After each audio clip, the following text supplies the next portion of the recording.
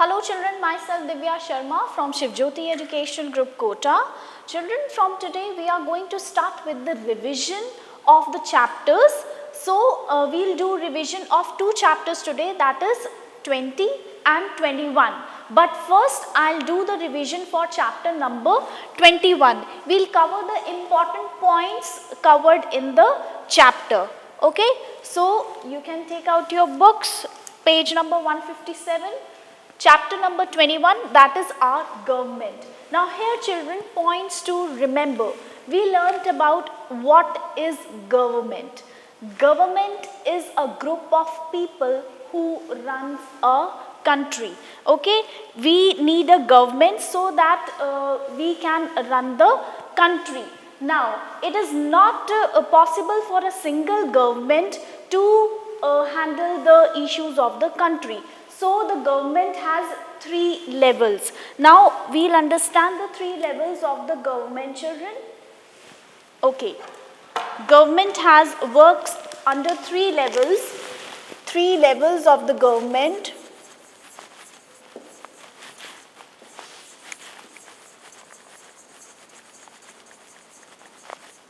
Three levels of government.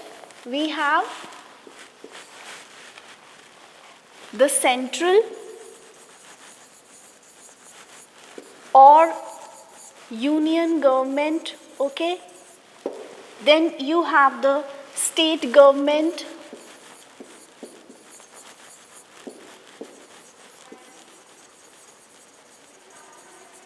State government, and then you have the local government.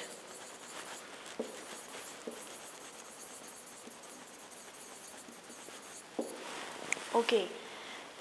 National level, the central or union government, it is for the entire country, and the state government is for the welfare of different states, and the local government is at village or for village or town, and at the local government it is for immediate communities, that is for the rural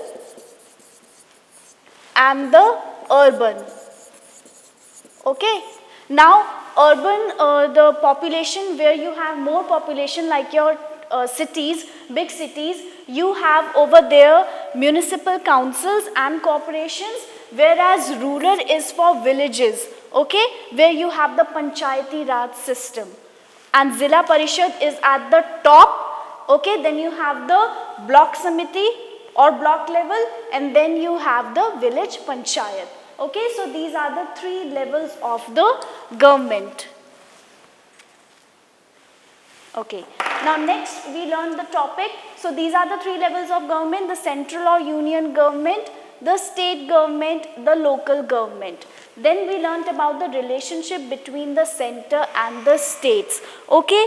The responsibilities are divided between the center and the state government.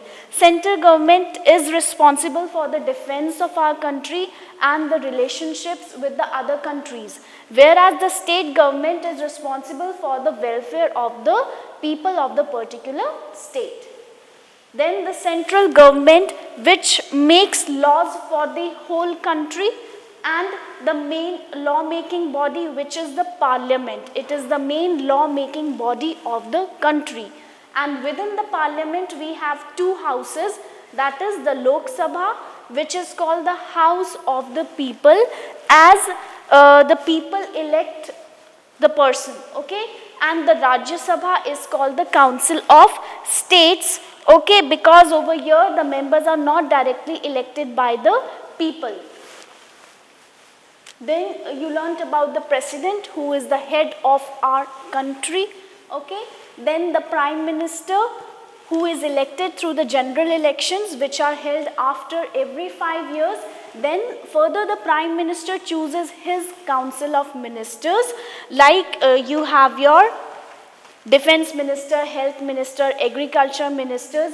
These all are called council of ministers, who help the prime minister to share the responsibilities.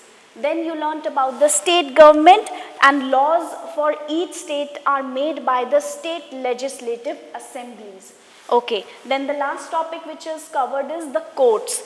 Whenever any citizen feels that his fundamental rights are being denied, he can approach the court for justice. And the Supreme Court at New Delhi is the highest court of the country. So these are the topics which were covered in chapter number 21. Children, let's discuss internal questions from both the chapters. You all must have marked in your books as well. So let's discuss first internal question of chapter number 21. First internal question is, who makes the laws for each state? The answer is state legislative assemblies.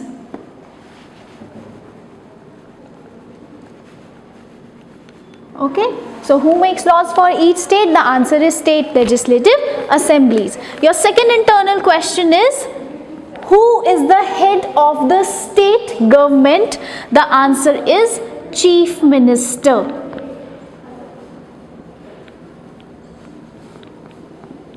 Okay, so you have two internal questions from chapter number 21.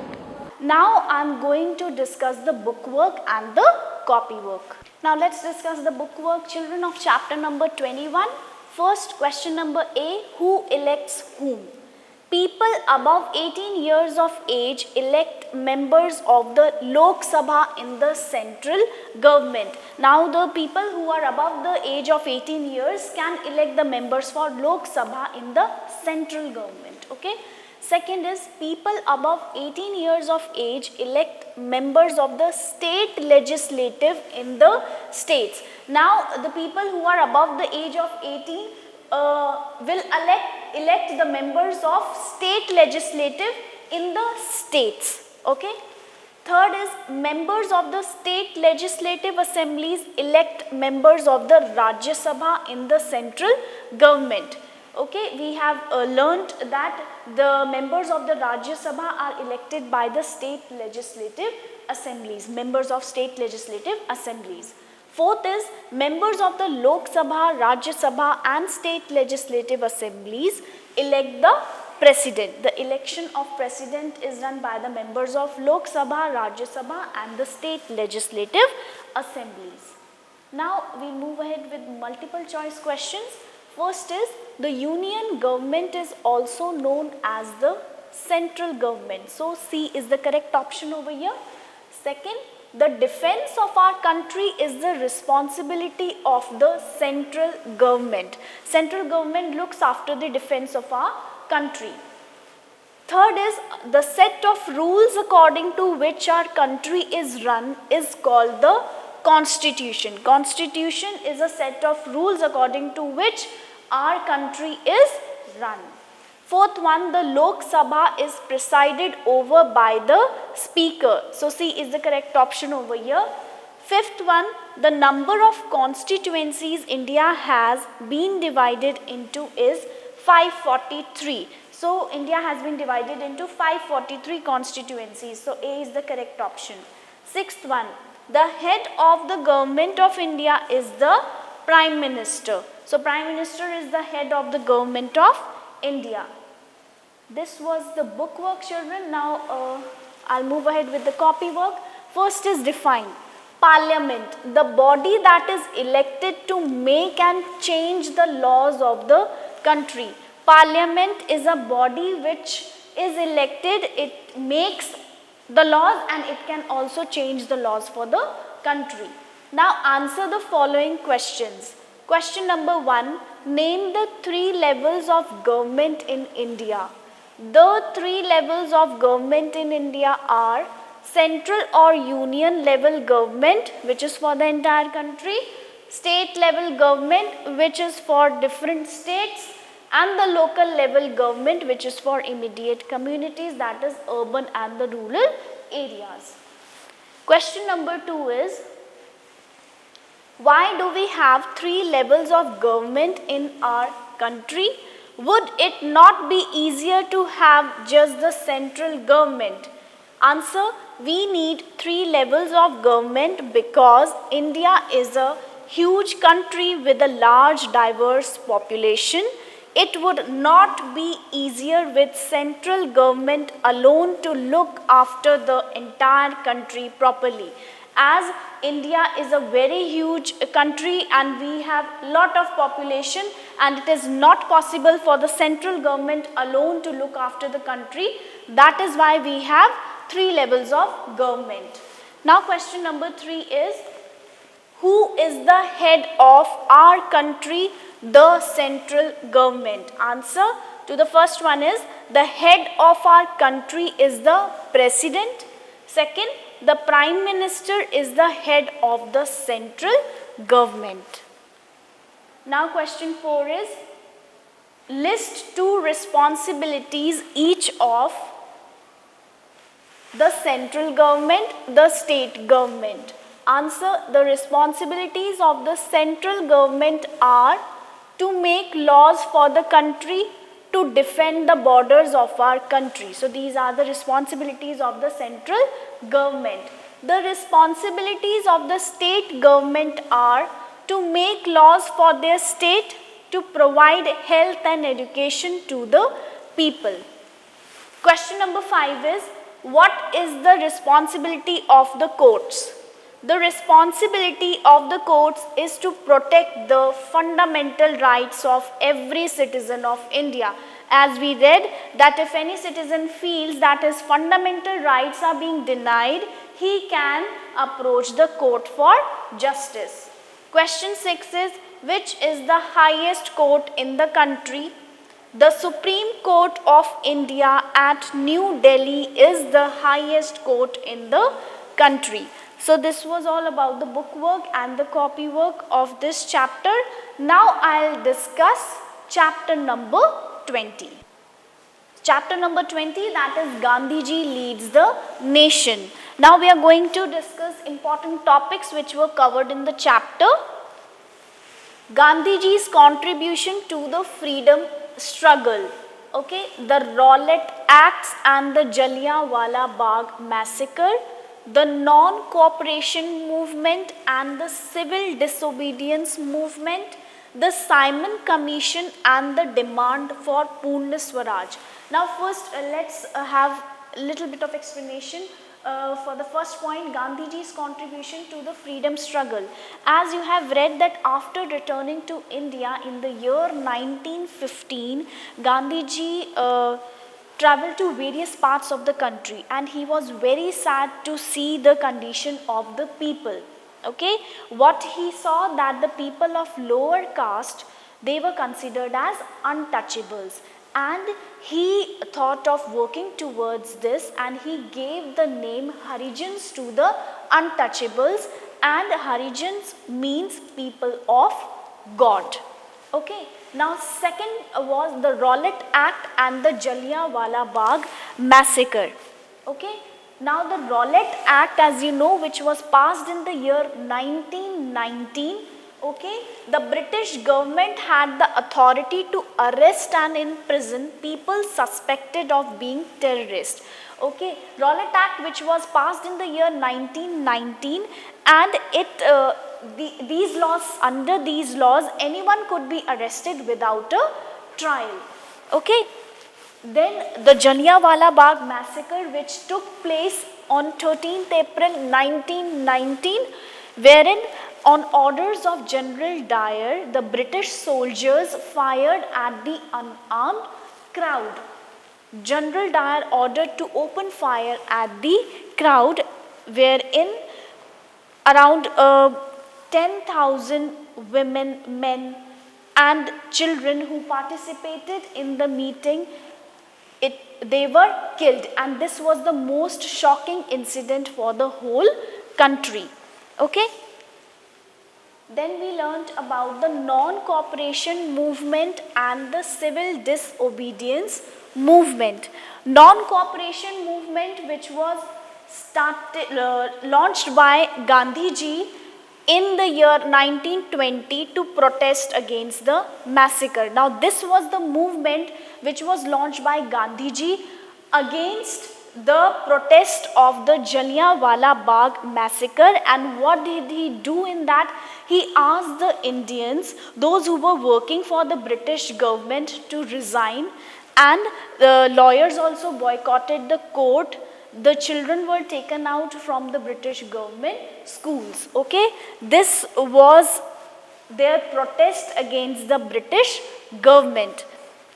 Now next topic is the civil disobedience movement. As you know that the civil disobedience movement started with breaking of the salt law. Okay, and it was also launched by Gandhiji in the year 1930, the salt satyagraha on 12th March 1930, wherein Gandhiji broke the salt law and he organized a peaceful march from Sabarmati Ashram to Dandi. Dandi is a small village in Gujarat, wherein he was followed by a lot of people, and they made salt out of seawater. So this was the civil disobedience movement. Then we learnt about the Simon Commission and the demand for Purna Swaraj. Simon Commission, which was a committee which was formed under Sir John Simon in the year 1928, wherein the British wanted to make some changes in the way India was being governed. So they formed Simon Commission. Okay, and at that time there was also demand for Purna Swaraj, as there was no Indian member included in the Simon Commission. So this angered the Indians, and then in the year 1929 the Congress decided to demand Purna Swaraj. Next topic is World War II and the Quit India movement. World War II, as you know, it broke out in the year 1939, wherein the British declared war on India's behalf and they were not even aware of it. Okay. Now, then the Congress declared that India would only join the war if the British set them free. But so talks were held, but the talks were also failed. Now at this time Gandhiji launched the Quit India movement, and Quit India movement, it was about the end of British rule completely. Okay, then the next topic is Subhash Chandra Bose and the Indian National Army. Now Subhash Chandra Bose convinced the Indians that British are not going to leave India peacefully. So what he did, he organized army of 40,000 Indian soldiers, okay, which he named as the Indian National Army or the Azad Hind Fauj. Last, how India finally became free. Okay, now the World War II ended in 1945. The Quit India movement and the Indian National Army had shaken the British government completely, and at this time they thought that now we cannot keep Indians under our control, so they decided to leave India. But the divide and rule policy, they used the divide and rule policy, and they divided India into two parts, India and Pakistan. India was divided into two nations, India and Pakistan, and Gandhiji was against this partition, so he was very sad, and his dream of free, independent, united India was completely shattered. Okay, so this was a small summary of the chapter, children. Let's discuss internal questions from chapter number 20. Okay, the first internal question is, what do you mean by the term Harijan? As it was the term given by Gandhiji to the untouchables. So Harijan means people of God. Okay, this is the answer. Now second internal question is, who was known as Netaji? Answer is Subhash Chandra Bose. These are the two internal questions from chapter number 20. If you haven't marked, you can mark it in your books, okay? Now let's move ahead with the discussion of bookwork and the copywork. Let's discuss the bookwork first, children. Chapter 20, question number A, that is fill in the blanks. First one, Gandhiji gave the name Harijans to the untouchables. Untouchables, Gandhiji named them as Harijans.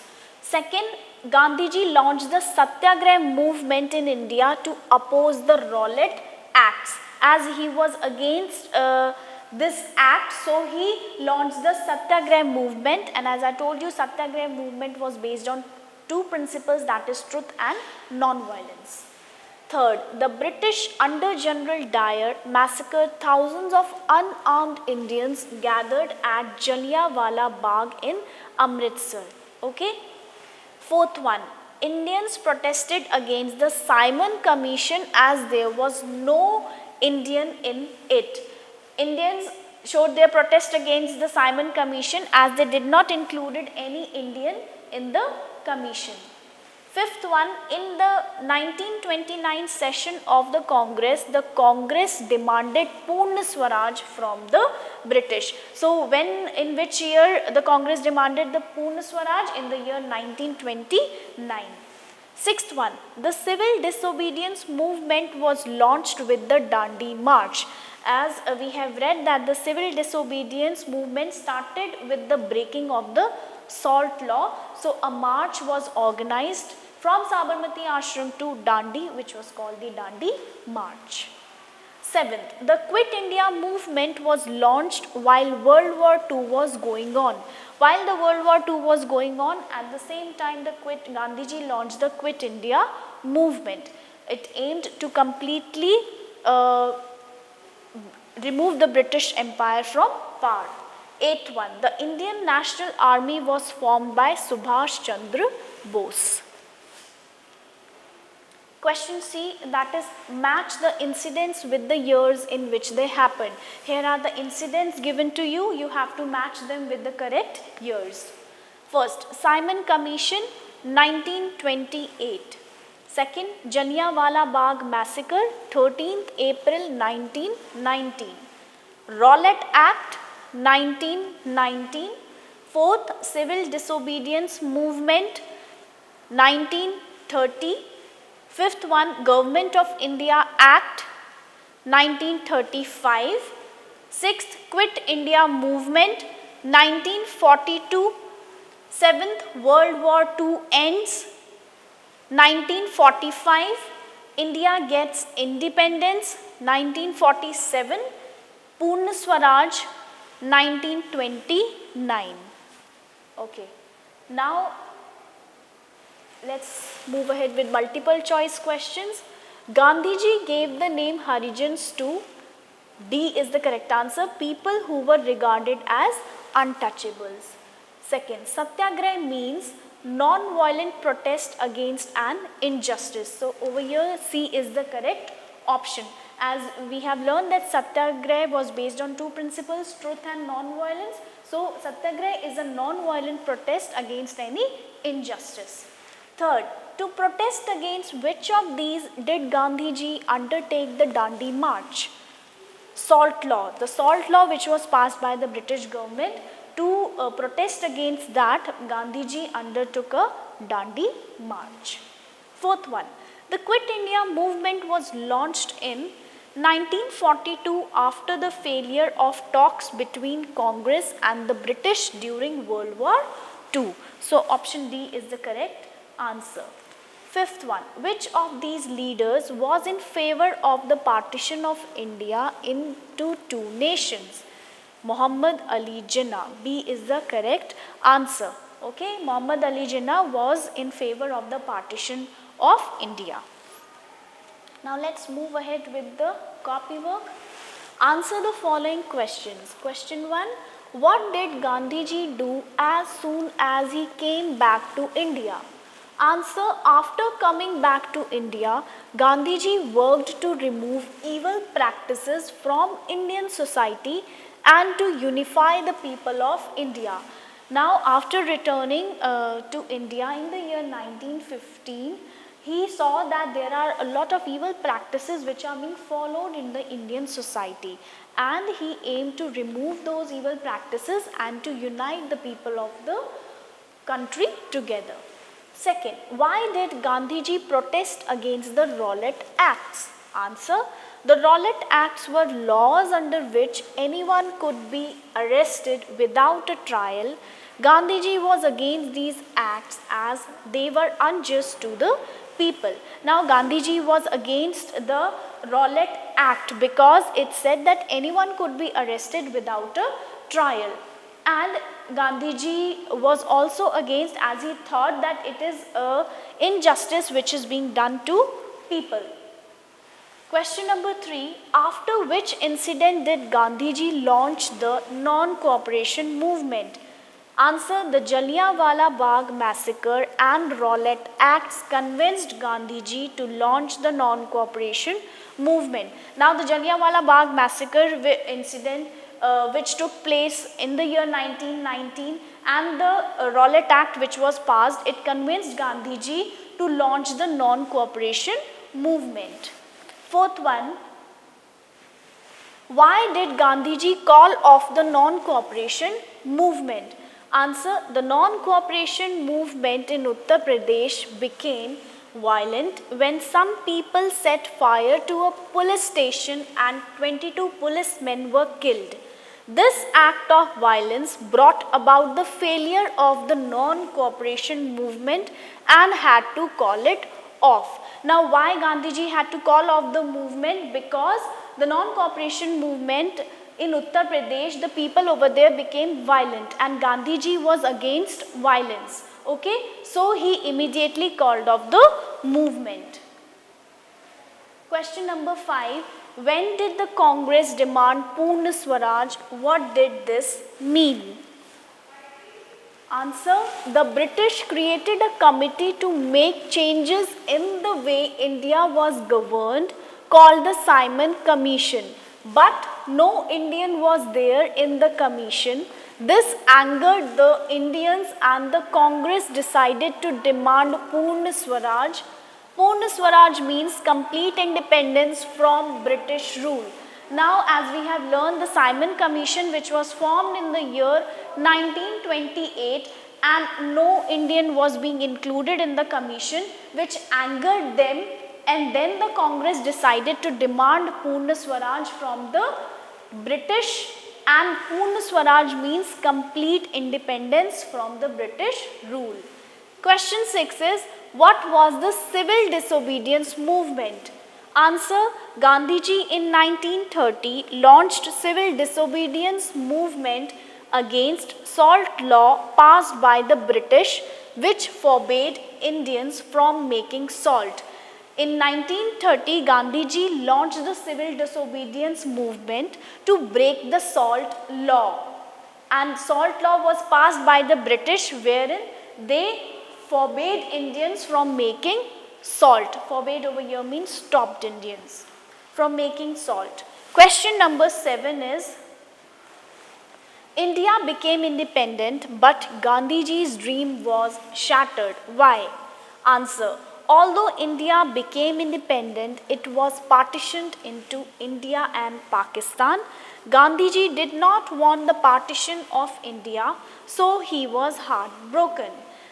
Though India became independent, but as we have read that it was partitioned into two nations, India and Pakistan, and Gandhiji was against this partition, so his dream of free independent India was totally shattered and he was heartbroken.